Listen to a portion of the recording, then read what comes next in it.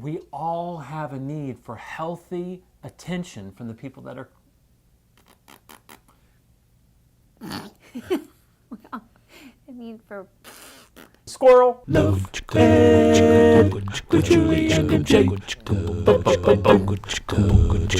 Do you suffer from RADD? Not ADD. Attention deficit disorder is so 10 seconds a squirrel. No. Today, social scientists are all abuzz about RADD. That's relational attention deficit disorder. In case you aren't familiar with the term RADD, It doesn't mean you can't pay attention. it means you can't get enough attention. If you have ADD, you may be prone to distraction. Oh. But if you have RADD, you may be prone to creating distractions. I think I might know someone who suffers from that. Okay, so quick background. We're in a new series on Love Ed we're calling Relationology, and in this series, we're sharing truth for thriving in relationships.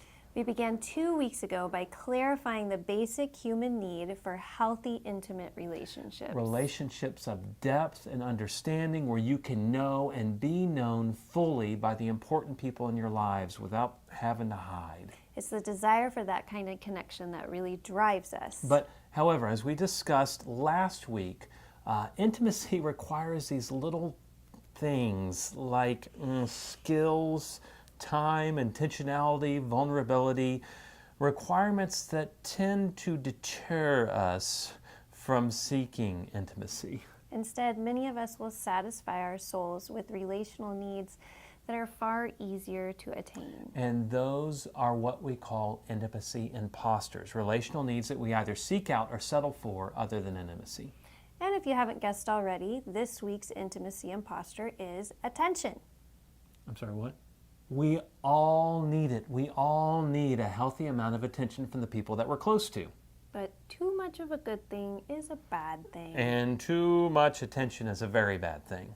Actually, demanding too much attention is a very bad thing. Yes. Now, when we're young, attention may be the only relational need we're aware of. That's why you can be sitting at a restaurant and suddenly feel somebody staring at you, and then you realize that somebody is a tiny little baby who doesn't know you from their Uncle Bob, and they're smiling at you, and if you smile back at them, they will smile all the more.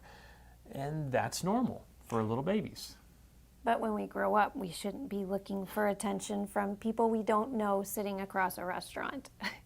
You know, I think you just described the dating scene at clubs and bars perfectly. Yeah, well, and let's not even get started with social media and trying to get attention there. I might have tried that once or twice. Do people do that? I've heard of Is people that try what it. those likes are about?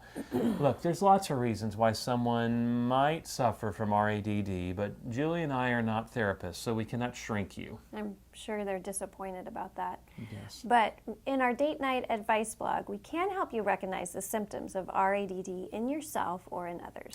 And then we clarify what's so detrimental about seeking out or settling for attention over intimacy. In fact, we'll show how pursuing attention in an unhealthy way can actually prevent you from growing in intimacy with the people that you're close to.